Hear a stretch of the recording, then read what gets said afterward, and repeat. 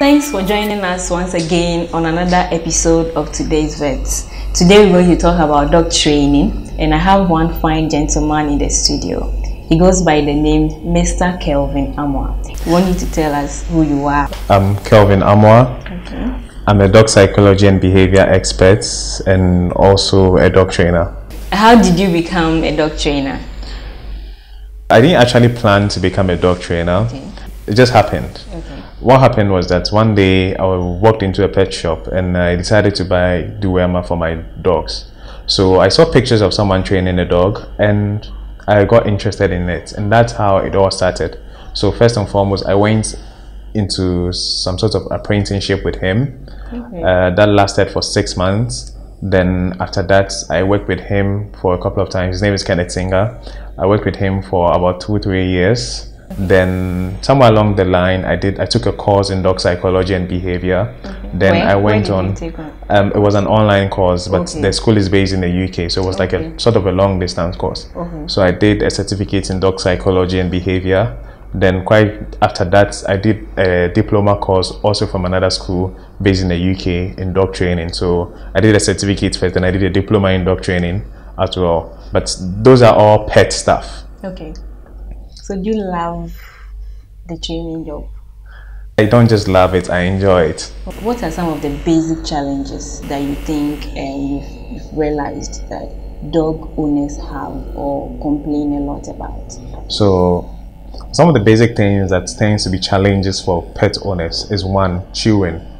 The second one is jumping. The third one is digging. Then the last one is potty training. I think the basic one is actually jumping. Like the dogs see them and they jump on them. A lot of people have trouble with that, and that I've realized that a lot of people also feel that they are trying to stop their dog from jumping, but some way somehow they rather encourage than discourage. For example, jumping is a natural behavior that dogs learn when they are puppies. They learn that, let's say, when a dog gives birth to 8 puppies and it is breastfeeding them, whenever the mother wakes up, the puppies want to reach out to the breast when they jump and hold the breast and they suck. So the milk that comes out when they jump at their mom acts as a reward. And what people don't know is that if you give the dog attention that the dog wants, the dog will always jump on you. The second one I'm going to look at is chewing. You realize people have issues about their dogs chewing their sleepers, their furniture. Those are also behaviors that dogs grow up with, because every dog goes through the stage of teething. Even human beings go through the stage of teething, and when they are teething, it hurts. So they need something to release the pain. So dogs will chew on everything. But then what normal homeowners don't do is that they don't pay attention when the dog gets to that stage of their life. And when the dog gets to that stage of their life, you have to give the dog something to chew on. If not, the dog is going to pick anything that is available to chew on. So it's normal dog behavior. You can't stop it, but then you can control it. Another thing too is digging.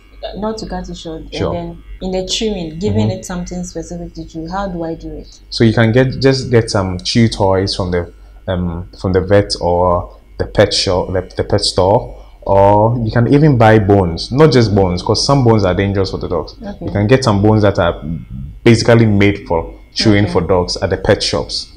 Then you buy for the dogs to chew on, rather than they finding things to chew on. Yes. Another thing that I want to talk about is digging. You find dogs digging around. Dogs are natural hunters, and hunting involves digging, because the dog can smell or sniff out an animal in the soil and you'd want to dig it out. You can't stop a dog from digging. You can never. It's part of its natural a genetic build-up, but then you can control it. So if you have a dog that likes to dig, what you then have to do is that don't let the dog pick a spot to dig, but then give the dog where you'd want it to dig.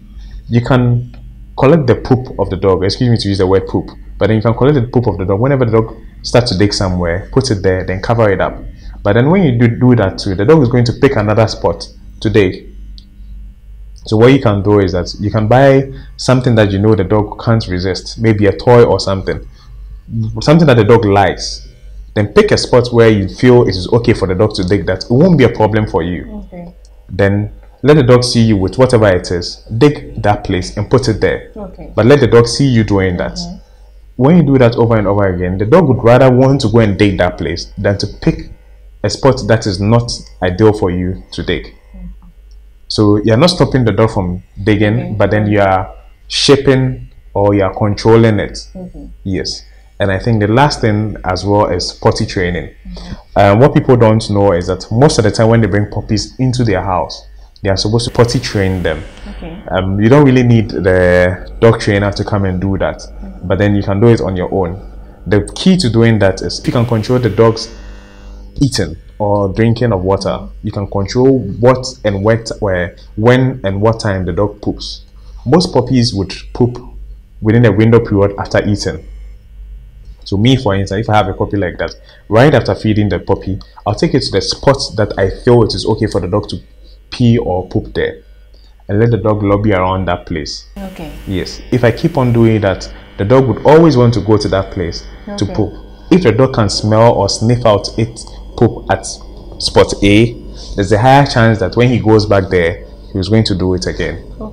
Yes. So basic stuff like that, when you do or you employ in your house, you can get solutions to basic problems like digging, jumping, chewing, and potty training. Wow, that's a very powerful contribution. Yes. I think our dog owners will love it so much, especially when they have puppies and they think, my puppy is pooing everywhere, my puppy is peeing everywhere, my puppy is doing that, I need a dog trainer. You can do your own training in the house, a very petty one. There was this video that you were seeing, and then the dog tried to chew your bum bum after taking out the cap. Does it mean that if all the three were released at a go, you're going to attack you or something? Yes, they were actually going to attack me, and that's because we're doing protection training, and the motive of the protection training is for the dog to attack whoever poses as an intruder. So yes, we're teaching them to bite, and what happened at that time was a mistake. So there's a lot of things that goes in there, and I misjudged the situation, and that's how come I ended up being in that situation where the dog almost bit me. The dog didn't have a firm grip of the sleeve of the protective gear that I was holding. Then I started moving with the dog. Yes, so in order for the dog to get a firm grip, the dog had to leave it and try and bite again. Mr. Kelvin loves his job so much, but there are also risks attached to the dog training.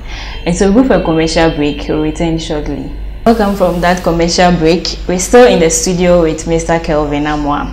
Okay, so with your years of your training dogs, and then with the experience you've had with them, and then the love and all that, do you think that some people, in a way or the other, though they love dogs, those around them, maybe in their home, are not in favor of those dogs? So when you go into such homes to train, do you find any difficulties?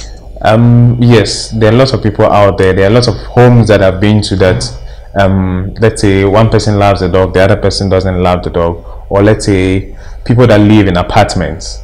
So if it's a shared apartment, maybe the dog owner loves his dog, but probably the neighbor doesn't love the dog. Then so sometimes it's difficult, because when you are training the dog, because sometimes you don't need to train the dog in the environment where the dog is only let me say comfortable. You need to take the dog out of the environment where the dog have distractions around. It becomes a problem if people are giving negative reactions when you are doing that. So does it affect you as a person? No, it doesn't affect me as a person, but then it affects the whole training. So we probably wouldn't make progress like we are supposed to make, and it will make it difficult.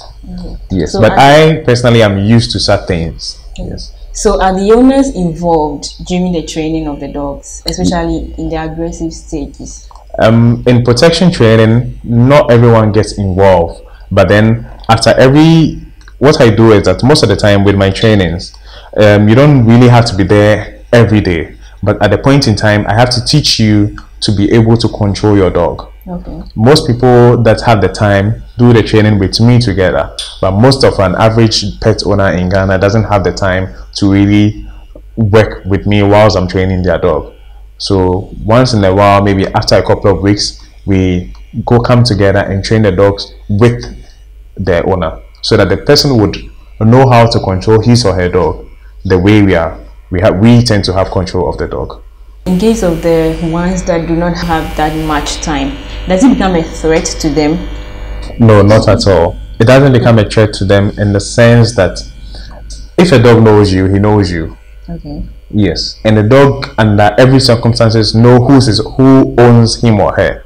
The dog is aware of, let me say, immediate family. Okay. The dog is aware of who is part of his or her immediate family, and that wouldn't be a problem. The only thing that will be a problem if they don't have that time is probably they won't get the dog to obey the way they want the dog to obey, and the dog would be overly excited and they won't be able to control the dog. Okay. That's the only problem, but not a threat to them, like threat as a danger. No, not at all. So are you yourself friendly with them when you train the dogs? Do they see you as an intruder or you become their friend? It depends the kind of training I'm doing. If I'm doing protection training involves a decoy, a handler, and maybe a coach or a director. The team that I work with, sometimes I'm either the coach or the director, and I'm the same person, either the handler or the decoy. If I happen to be the decoy is the one that comes in and acts like an intruder. At that point, when I am the decoy, the dog sees me as danger. Like any chance that the dog gets, he's going to come at me, and if I'm not careful, he's going to tear me apart. Okay. But if I happen to be the handler, the dog is friendly with me. Oh, okay. Yes. But so in the videos that we saw, those two guys are in your team? Yes, they are my colleagues. Okay. Yes. Okay. I thought they were the owners of the dogs. No, they were my colleagues. So it's getting more interesting and more interesting. Dogs are loving and they have a lot to offer us. If you want to know more about dogs, stay glued to your seats. We return after this commercial break. Welcome to Multivet, your home of quality and affordable veterinary products. We have in stock vaccines, feed additives, animal rearing equipment, and medication.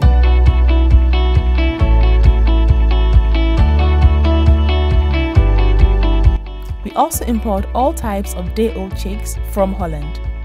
Visit any of our shops in Accra and Kumasi.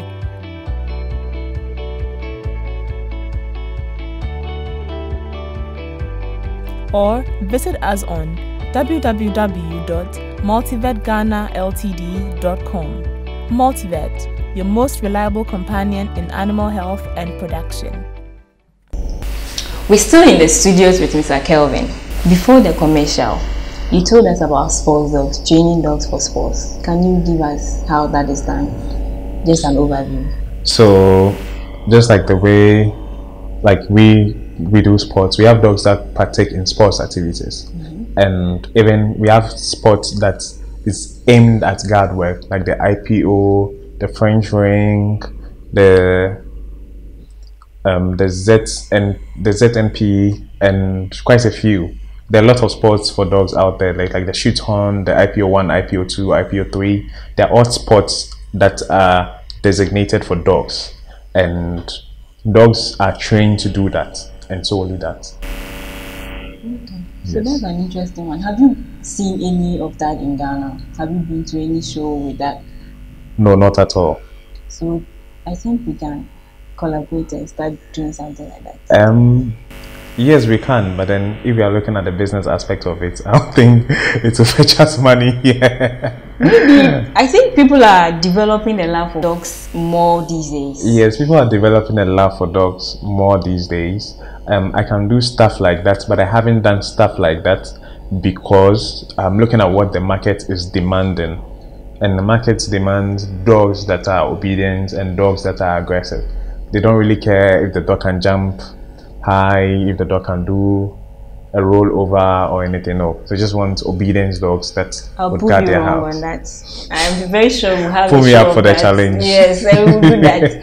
Okay, so I want to ask this one again. You know, in the developed countries, yes, we find those episodes of even in movies where they have these dogs as security dogs, and then they are able to sniff out criminals and find them out no matter where they are. And so, do you do that kind of training? Yes, so that's called tracking. Okay. Yes, for a dog to be able to track someone and bring the person down. Yes, I've done that a few times, but then it's the only time I remember the dogs that I've trained to do such a thing is dogs that live on, like, let's say, a very big compound. So there was once a time that I trained a dog that was supposed to guard some, not really a big farm, but a big space. I can't say a farm, but it wasn't a functioning farm, but it was a big space. So then the dog had to, let's say the intruder has to come for the dog to see him, then he runs away to hide. It's the work of the dog to go and track or fish out the and yes. Wow, that's interesting. And so this is a plea to our security systems in Ghana, the police and then the military. You know, CCTV cameras are good, but then they can be misengaged or disengaged by the criminals before the act is performed. But with these track dogs, they can be able to track a criminal no matter how far he or she had gone. And so I think if we incorporate this in our security system, it's going to help bring down the criminal cases that we have in this nation. And so Mr. Kelvin, that's a very good contribution you have made for us. So there's a difference between a dog that is investigating, and there's a difference between a dog that is protecting. Let's say there's a difference between a dog that is sent onto the field where a robbery is taking place and he goes in to attack whoever is the robber. So then there's a difference between a dog that, let's say this is a crime scene, then they pick up someone's outfit, then they give it to the dog to sniff it and ask the dog to trace wherever the person is. Those are two different scenarios on their own. But I think with these sniffing dogs, do they only deal with maybe an outfit? Or I thought they could just sniff the kind of smell around. So the dogs are trained to be able to pick up a smell and search for it. You understand? Let's assume let's assume I'm a bad person. Then I come here and this is your room. I come here and mess up the room. If I touch something and a sniffer dog comes here and sniffs on the bottle, let's say I touch the bottle and picks up my scent, the dog would be able to track me down if I'm in a radius. And also, let me use a dog breed like the bloodhound. The bloodhound can easily trace someone. So the bloodhounds are trained to track people that are missing. Let's say I go missing in a remote area that they can't find me. You just need to find something that has my smell or my scent in it, give it to the dog for the dog to familiarize with it and release the dog.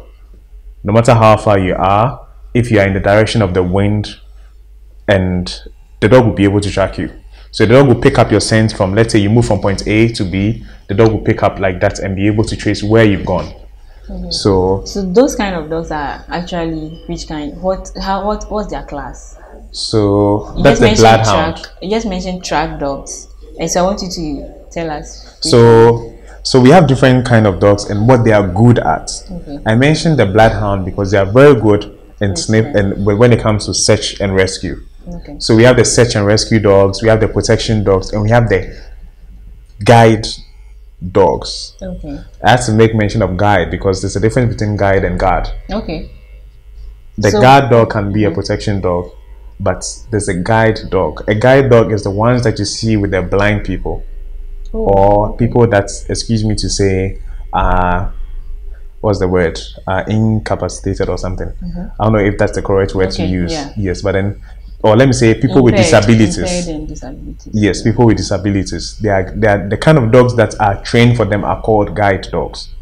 Yes, they go through a whole lot of training. The dog is supposed to know when to cross the road. Some of them are even trained to make phone calls. Some of them are even trained to cash out money from ATMs. Wow. Yes. I think this is my first time hearing that they are guide dogs. Yes, they are guide dogs. So I think with this problem in our country where you find these visually impaired begging with these active young men, if they have these kind of dogs around, I think they wouldn't need that. They wouldn't need young guys or people to move them, find their way around easily, because the dogs will be their eyes. Yes. So you were able to do that kind of training as well? No, I've not been trained to do that. But you can update if the market is demanding. Yes. I think we can. The market is there, but then it's not my field. Like the way even you have a doctor that is there's a surgical doctor, then there's a gynecologist. Yes. So the whole dog training is a broad field on its own. Yes, someone may be a dog trainer but then can't do certain things. that doesn't mean that he's not a good dog trainer. Everyone has their field that they are specialized in. Wow. Yes, and I try as much as I can to be specialized in obedience and to be specialized in a protection or guard dog training, not guard. Because that's what the market demands for now. The market is there for all of us. Okay. But then that's where my passion lies. So what about the sports thing? I'm still interested in it too. I'm now planning to go and do a little bit of sports.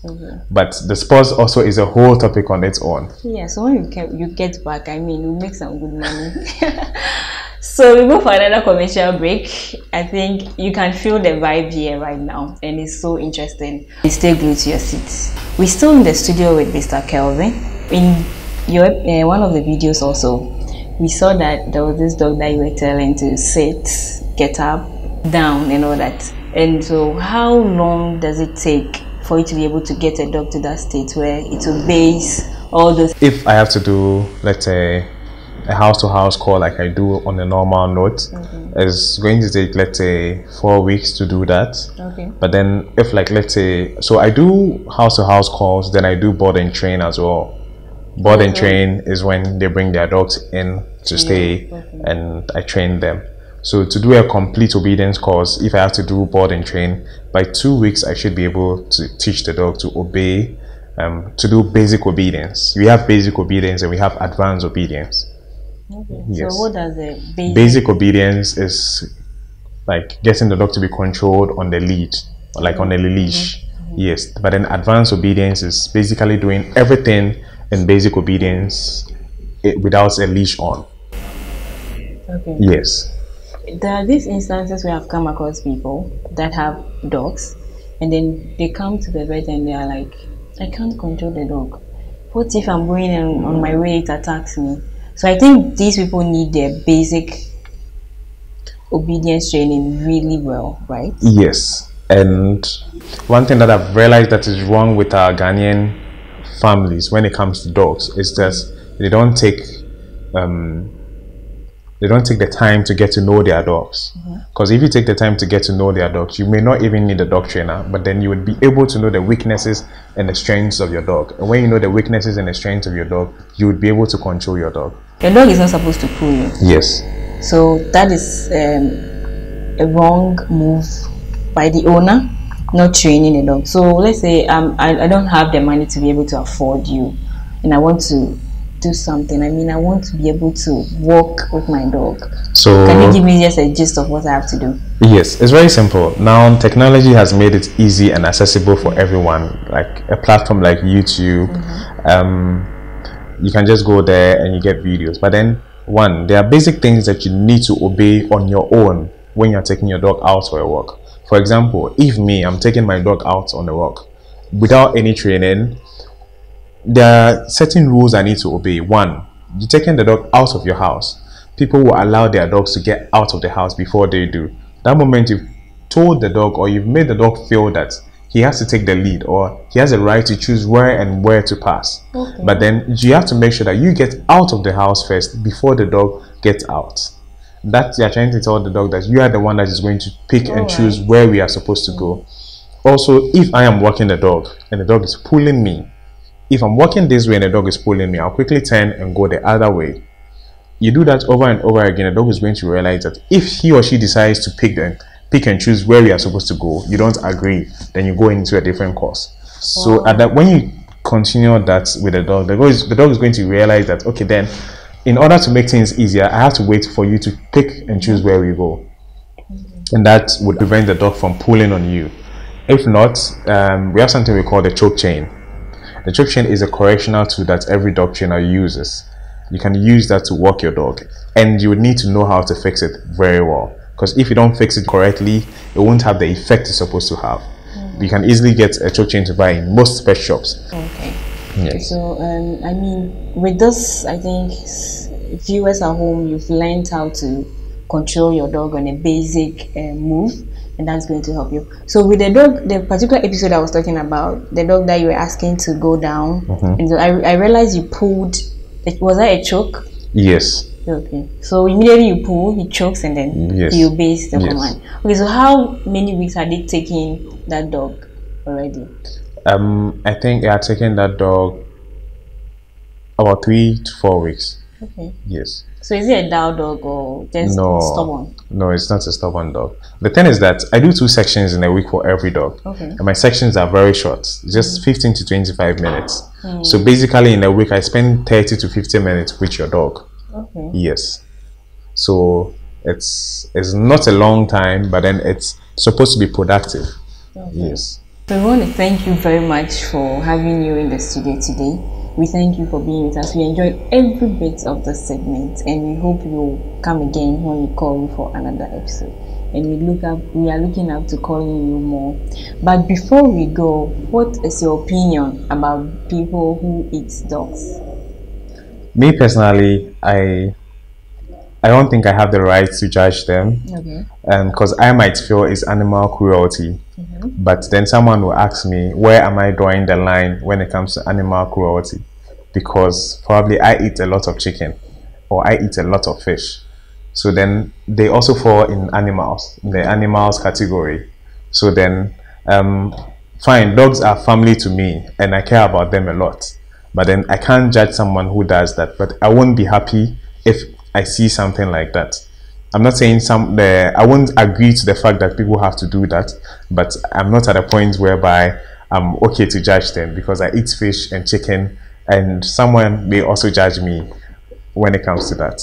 You need a dog trainer in terms of obedience training and then those aggressive trainings. And so we want to appreciate our sponsors once again for making this episode very possible. We thank you for joining us, and we hope you join us the same time next week. Have a blessed day. Bye.